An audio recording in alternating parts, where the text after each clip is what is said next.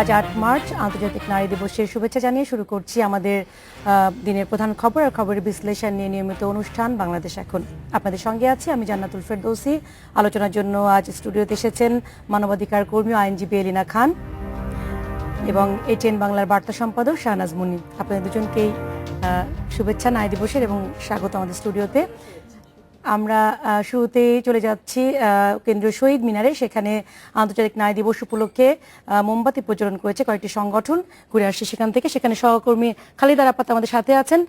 আরাফাত, আমরা অনুষ্ঠানটি সম্পর্কে জানতে চাচ্ছি এবং ছবি দেখতে চাচ্ছি।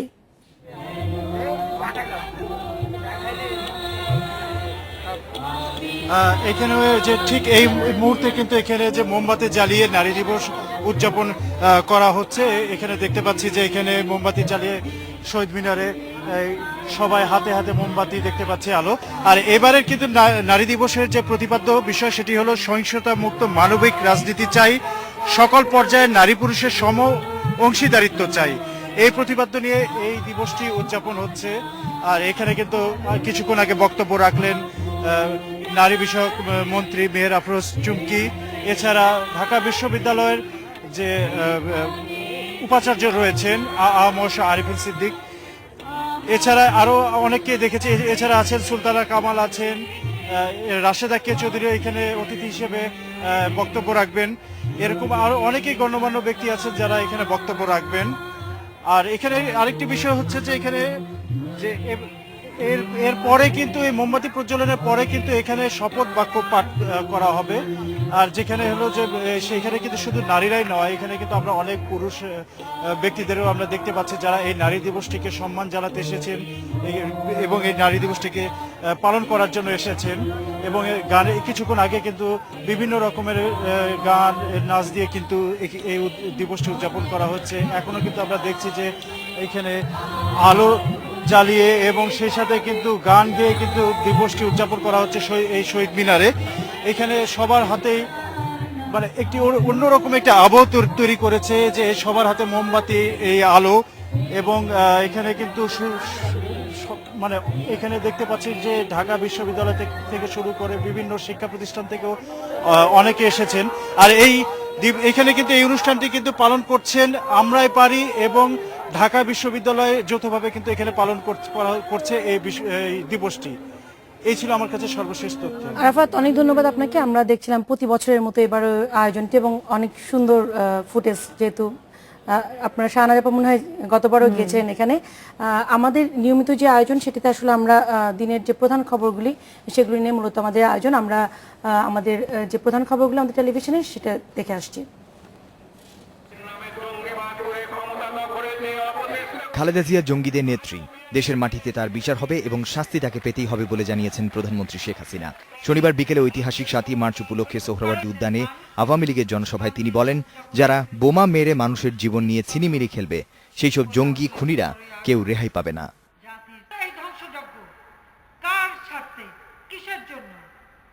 খালেদা জিয়া দুর্নীতির মামলায় আসামি, উনি কোর্টে যাবেন না, উনি মানুষ হত্যা করবেন, মানুষের জীবন নিয়ে ছিনিমিনি খেলবেন, আর সেটা আমরা সহ্য করব, এটা কোনোদিন সহ্য করব না। লেখক অভিজিৎ হত্যার ঘটনা তদন্তে তার বাবা অজয় রায়ের সাথে কথা বলেছেন ঢাকায় এফবিআই এর গোয়েন্দা দল। ঢাকা মহানগর পুলিশ কমিশনার জানিয়েছেন, হত্যাকাণ্ড তদন্তে উল্লেখযোগ্য অগ্রগতি হয়েছে। তদন্তের মূল কাজে এফবিআই শুধু কারিগরি সহায়তা করছে। কোনো প্রশ্ন করে নেই, ওরা কতগুলো ওদের তথ্য কালেক্ট করছে, তো সেগুলো কনফার্ম করলো আর কি, যে এটা এতটা সময় কিনা, এতটা সময় সঙ্গে কে ছিল, ওর স্ত্রী ছাড়া আর কেউ ছিল কিনা, এই ধরনের প্রশ্ন। ওরা সমস্ত ব্যাপারটা খুব খুঁটিয়ে দেখছে। এই মামলাটি বর্তমান বিরাজিত প্রেক্ষাপটে আমরা অত্যন্ত গুরুত্বের সাথে নিয়েছি। এফবিআই আমাদের টেকনিক্যাল সাপোর্ট দিবে। তদন্ত মহানগর গোয়েন্দা পুলিশ করছে এবং এই তদন্ত করার যে সক্ষমতা সেটা আমাদের রয়েছে। রোববার ভোর ৬টা থেকে বুধবার ভোর ৬টা পর্যন্ত সারা দেশে আবারও ৭২ ঘণ্টার হরতাল ডেকেছে বিএনপি নেতৃত্বাধীন ২০ দলীয় জোট। পাশাপাশি চলমান অবরোধও অব্যাহত থাকবে। এছাড়া আগামী সোমবার সারা দেশে গণমিছিল কর্মসূচিও ঘোষণা করা হয়েছে। জোটের পক্ষে বিএনপির যুগ্ম মহাসচিব সালাউদ্দিন আহমেদ স্বাক্ষরিত এক বিবৃতিতে এই ঘোষণা দেয়া হয়। হরতালের কারণে রবিবার ও মঙ্গলবারের এসএসসি ও সমমানের পরীক্ষা স্থগিত করা হয়েছে। পরবর্তী সময়সূচি পরে জানানো হবে। চলতি মাসের মধ্যেই এসএসসি ও সমমানের পরীক্ষা শেষ করতে পারবেন বলে আশা প্রকাশ করেছেন শিক্ষামন্ত্রী নুরুল ইসলাম নাহিদ। পরীক্ষা শেষ হওয়ার 2 মাসের মধ্যেই ফল প্রকাশ করা হবে। 1 এপ্রিল থেকেই এইচএসসি পরীক্ষা শুরু হবে বলেও জানিয়েছেন তিনি। সাধারণভাবে গার্জিয়ানরা আমরা যে এই পরিস্থিতিতে পরীক্ষা নিতে পারতেছি বা তারা নিতে পারতেছেন, এই জন্য তারা কিন্তু সন্তুষ্ট। আশা করছি যে আমাদের পরীক্ষা আমরা মোটামুটি এই মাসের মধ্যে শেষ করতে পারবো এবং 1 তারিখে আমরা এইচএসসি পরীক্ষা শুরু হবে, সেই দিন আমরা 1 তারিখে পরীক্ষা শুরু করতে পারবো। পরীক্ষার ফল 60 দিনের মধ্যে দিতে পারবো পরীক্ষা শেষ হওয়ার।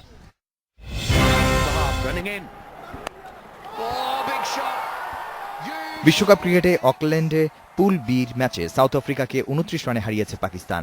232 রানের টার্গেটে 202 রানেই গুটিয়ে যায় সাউথ আফ্রিকার ইনিংস। 62 বলে 49 রান করে ম্যান অফ দ্য ম্যাচ হন সরফরাজ আহমেদ। অন্য ম্যাচে জিম্বাবুয়ের বিপক্ষে 5 রানের নাটকীয় জয় পেয়েছে আয়ারল্যান্ড। আইরিশদের দেয়া 332 রানের লক্ষ্যে 3 বল বাকি থাকতেই অল আউট হয় জিম্বাবুয়ে। 112 রান করে প্লেয়ার অফ দ্য ম্যাচ হয়েছেন জয়েস। কায়কোবাদ আকবর, ইন্ডিপেন্ডেন্ট নিউজ, ঢাকা। দেখছিলাম আমাদের খবরের অংশ বিশেষ। শাহনাজ আপা এবং এরিনা আপা দুজনের জায়গা থেকে অনেক সফল। আমাদের আসলে এই খবরগুলির বিশ্লেষণে আমরা পরে আসব। প্রথমে আপনাদের কাছে যাব, শাহনাজ আপার কাছে প্রথমে আসি যে চ্যালেঞ্জিং পেশা অনেক দিন থেকে মেয়েরা আসছে, যেটাকে বলা হতো পুরুষের কাজ, পুরুষালী কাজ, সেই জায়গাগুলোতে এখন মেয়েরা আসছে। যদিও বলা হচ্ছে যে সংখ্যায় তুলনামূলকভাবে অনেক কম। গণমাধ্যমে একসময় পত্রিকা, এখন টেলিভিশন, রেডিও, অনলাইন অনেক মেয়েরা আসছে। আপনার কাছে যেহেতু আপনি গণমাধ্যমে আছেন এবং এম্পাওয়ারমেন্টের জায়গাটা, যেটা আমরা অনেকদিনের কথা বলছিলাম যে গণমাধ্যমে মেয়েরা আছে কিন্তু আসলে এম্পাওয়ারের জায়গা মেয়ে অনেক কম, এই কথাটা আমরা বলছিলাম, কিন্তু সম্ভবত কিছুটা হলেও বেড়েছে। সেই জায়গা থেকে বলবেন যে কেমন আছে আমরা গণমাধ্যমে, মেয়েরা আসলে কেমন আছে আপনার দৃষ্টিতে? আমরা মেয়েরা আছি এবং খুব দাপটের সঙ্গে আছি, সেটা বলতেই হবে। আজকে আপনি এখানে বসে আছেন, আমি এখানে বসে আছি, এবং তবে বলতেই হবে যে এই যে চলার পথটা খুব যে কুসুমাস্তীর্ণ বা খুব গোলাপ বিছানো তা না, বরং অনেক কাটার আঘাত সয়ে সয়ে নারীদের আসতে হয়েছে। এটা যে কোনো পেশার ক্ষেত্রেই সত্য, গণমাধ্যমে যখন নারীরা সাংবাদিকতা পেশায় এসছে সেক্ষেত্রেও সত্য। এবং এই বাধা, নানা রকম বাধা, নানা রকম প্রতিবন্ধকতা, কিন্তু সত্যি আমরা আজকে যেটা উদযাপন করতে পারি সেটা হচ্ছে যে সেই সব বাধা বা প্রতিবন্ধকতা আসলে নারীকে রুখতে পারেনি। নারী তার জায়গা মতো ঠিকই এসেছে এবং আরও সামনে এগিয়ে যাওয়ার জন্য সংগ্রাম করছে। কিছু অর্জন আছে আমাদের, যেমন তেমনি কিছু জায়গায় আমাদের পাইনি এখনো। আমরা এখন খুব করে বলছি যে আমাদের নারীরা সক্ষমতা অর্জন করেছে, কিন্তু সেই অর্থে হয়তো তারা ক্ষমতায়ন যেটাকে বলে সেইটার জায়গায় যেতে পারেনি পুরোপুরি। সময় লাগবে, কারণ এগুলো রাতারাতি হবে না। এটা একটা দীর্ঘ প্রক্রিয়া এবং একটা সাংস্কৃতিক লড়াই, একটা সামাজিক লড়াই। মানে আপনার সময় যে প্রতিবন্ধকতাগুলো আপনি মুখোমুখি হয়েছেন, এখন যারা গণমাধ্যমে আসে তারা নিশ্চয়, বা আমাদের সময় আমরা মুখোমুখি হয়েছি, এখন যারা আসে তারা তো হচ্ছে না।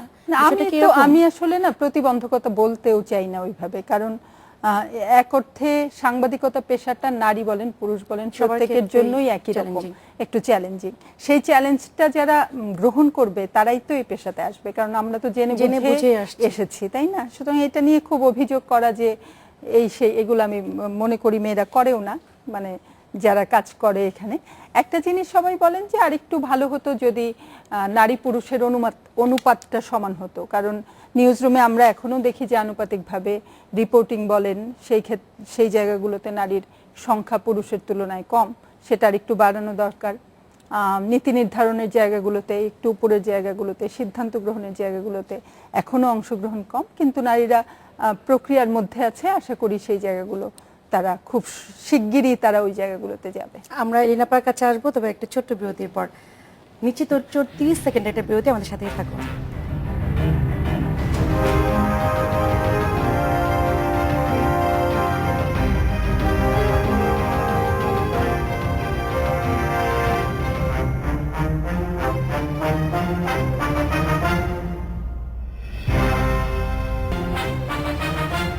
দেখছেন বাংলাদেশ এখন। আমরা কথা বলবো এলিনা আপার সাথে। এলিনা আপা, আপনি তো সব পেশার মেয়ে নারীরা আপনার কাছে ছুটে আসে, বিশেষ করে তাদের যখন দুঃসময়, তখন আপনি কি বলবেন যে কেমন আছে মেয়েরা? মেয়েদের অবশ্যই ভালো মন্দের মধ্যেই আছে, তবে তা যাওয়ার আগে আমি আজকে আন্তর্জাতিক নারী দিবসে আমি নারী পুরুষ সবাইকে শুভেচ্ছা জানাচ্ছি। আর আসলে আমি কৃতজ্ঞতা প্রকাশ করছি সৃষ্টিকর্তার কাছে যে আজকে আমরা এখানে বসে এত রাত্রিতে যে কথা বলতে পারছি, সেটার জন্য আর একই সঙ্গে আমার স্বামী, আমার ছেলে এবং মেয়ে যারা কিন্তু মানে তাদের ত্যাগ এবং তাদের যদি অনুপ্রেরণা না থাকতো তাহলে হয়তো বা আমরা এখানে বসে এত কথা বলতে পারতাম না।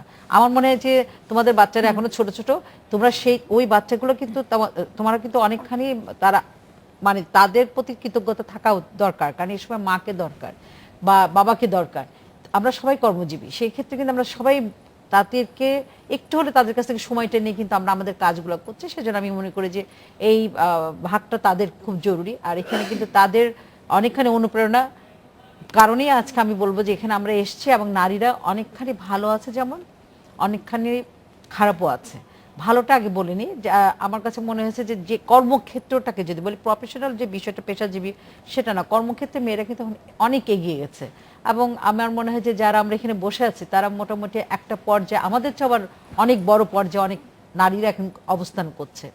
তো সেই ক্ষেত্রগুলোতে আমি মনে করি যে কর্মক্ষেত্রে নারীদের যে ভূমিকা, তাদের যে আমি ওই যে ওর সাথে একমত মনির সাথে, যে প্রতিবন্ধকতা বা এটা থাকবেই, সেটা যে কোনো পেশারই, সেটা একটা ছেলের ক্ষেত্রেও কিন্তু হয়ে থাকে, একটা কম্পিটিশন থাকে। মেয়েদের এবং শিক্ষা দিয়ে এটা অতিক্রম করতে, দক্ষতা অর্জন করতে হবে। তাকে শুধু মেয়ে বলে তাকে উপরে উঠতে হবে তা না, তার দক্ষতা, তার সময় জ্ঞান, তার অনেকগুলো বিষয় নিয়ে এসে তাকে উপরে উঠতে হয়। কিন্তু মেয়েদের বেলা একটা সমস্যা হয় কেন, যে সেই ক্ষেত্রগুলোতে মেয়েরা সেই সুযোগটা পায় না, রাস্তাটা পায় না। সেই ক্ষেত্রগুলোতে আমার যেটা মনে হয় যে আমার অর্জনের ক্ষেত্রে আমি দেখেছি যে, আমি নিজের ব্যক্তিগত একটা কথা বলি, 1999 সালে যখন আমি পাসপোর্টে দেখলাম যে স্বামী এবং পিতার নামটা, কিন্তু তখন দেখার পর আমি ওখানে আমার ফর্মে লিখলাম যে আমার নামটা লিখলাম, আমাকে সঙ্গে সঙ্গে রিজেক্ট করে দিল পাসপোর্ট অফিস থেকে যে আপনার নাম লিখেছেন, এই ফর্মটা হবে না। আমি এসে রিড করলাম যে কেন আমি আমার সন্তানের ইয়েতে আমার নাম থাকবে না, কারণ শুধু বাবা বা স্বামীর নাম থাকবে।